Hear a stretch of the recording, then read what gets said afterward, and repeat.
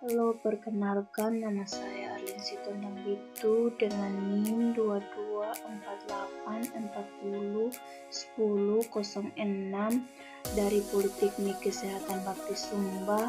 Di sini saya melakukan edukasi dengan mata kuliah komunikasi dan konseling, yaitu tentang perilaku hidup bersih dan sehat di rumah tangga.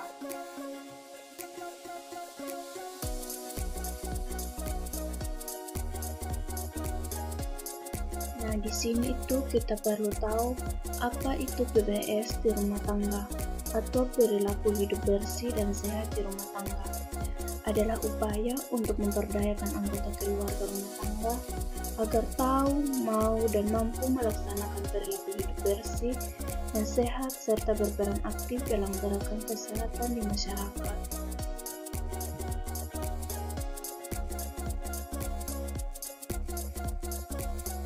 Nah, di sini perlu kita ketahui 10 indikator PBS di rumah tangga.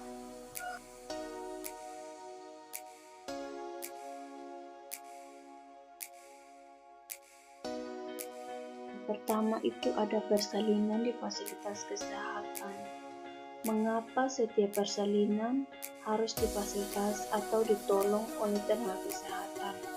Karena persalinan harus dibantu oleh tenaga kesehatan agar keselamatan ibu dan bayi lebih terjamin serta peralatan yang digunakan lebih aman, bersih, dan steril sehingga mencegah infeksi dan bahaya kesehatan lainnya.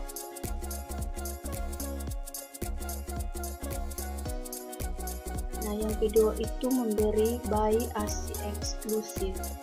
Apa itu bayi diberi ASI eksklusif? Adalah bayi usia 0 sampai 6 bulan hanya diberi ASI saja tanpa memberi tambahan makanan atau minuman lainnya.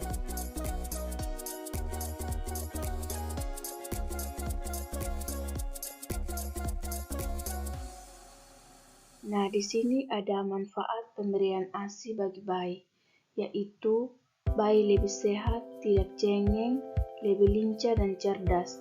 Bayi tidak sering sakit. Nah, ada juga manfaat pemberian ASI bagi ibu, yaitu menjalani kasih sayang antara ibu dengan anak.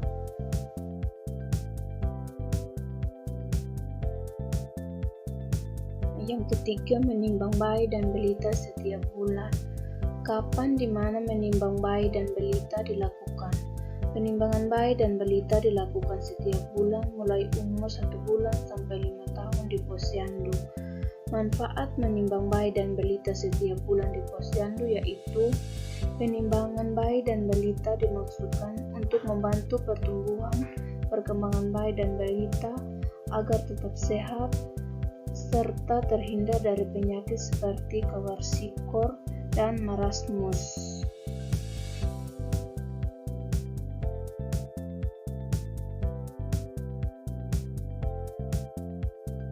Yang keempat, menggunakan air bersih. Di mana kita tahu air adalah kebutuhan dasar yang digunakan sehari-hari untuk minum, masak, mandi, dan lain-lain. Nah, di sini ada syarat-syarat air bersih yaitu berwarna bening, tidak berbau, tidak berasa, bebas dari bahan kimia. Nah, kita harus menggunakan terus air bersih agar terhindar dari penyakit seperti kolera, diare, tipes, penyakit kulit, dan keracunan.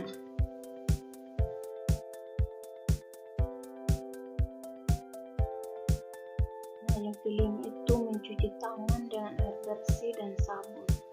Mencuci tangan dengan air bersih dan sabun sangat penting untuk dilakukan sebagai upaya mencegah terhadap penyakit karena virus atau kuman.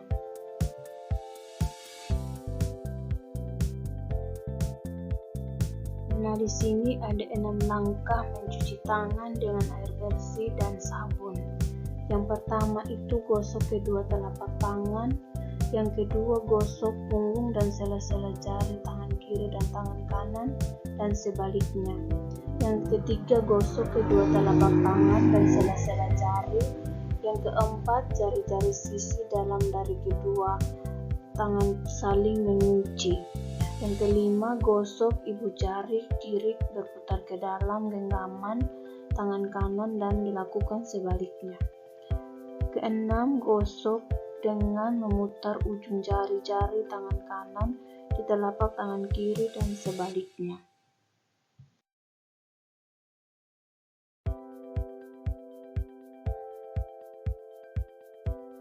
Nah, yang keenam itu menggunakan jamban sehat.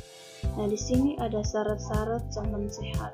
Tidak mencemari sumber air minum, tidak mencemari tanah sekitarnya, mudah dibersihkan dan aman digunakan, dilengkapi dinding dan atap yang terlindung, penerangan dan ventilasi udara yang cukup.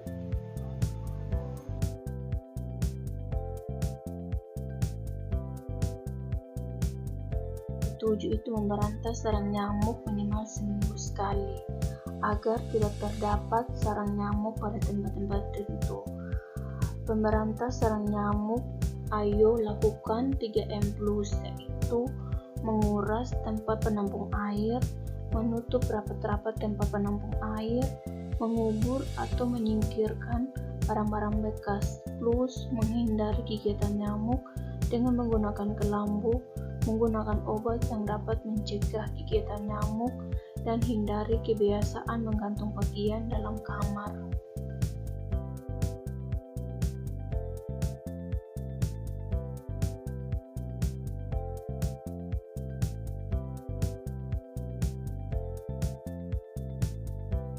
Yang kedelapan itu makan sayur dan buah setiap hari.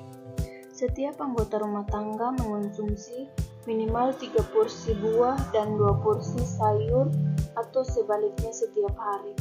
Nah, di sini ada manfaat mengonsumsi sayur dan buah setiap hari, yaitu mencegah diabetes, meningkatkan daya tahan tubuh, melancarkan buang air besar, membantu mengatasi anemia atau kurang darah, membantu perkembangan bakteri yang baik dalam usus.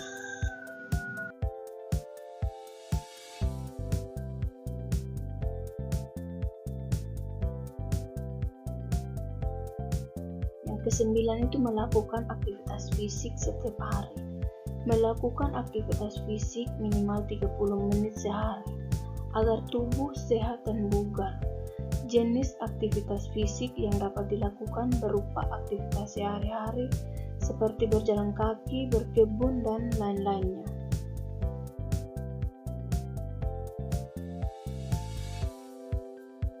Nah, yang ke-10 itu tidak merokok di dalam rumah.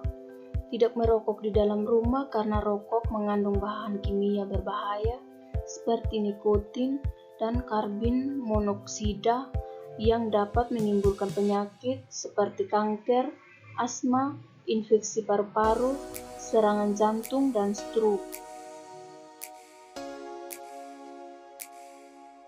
Nah, di sini ada manfaat PBHS bagi rumah tangga. Setiap anggota keluarga menjadi sehat dan tidak mudah sakit, anak tumbuh sehat dan cerdas, anggota keluarga giat bekerja, pengeluaran biaya rumah tangga dapat ditunjuk untuk memenuhi gizi keluarga, pendidikan, dan modal usaha untuk menambah pendapat keluarga.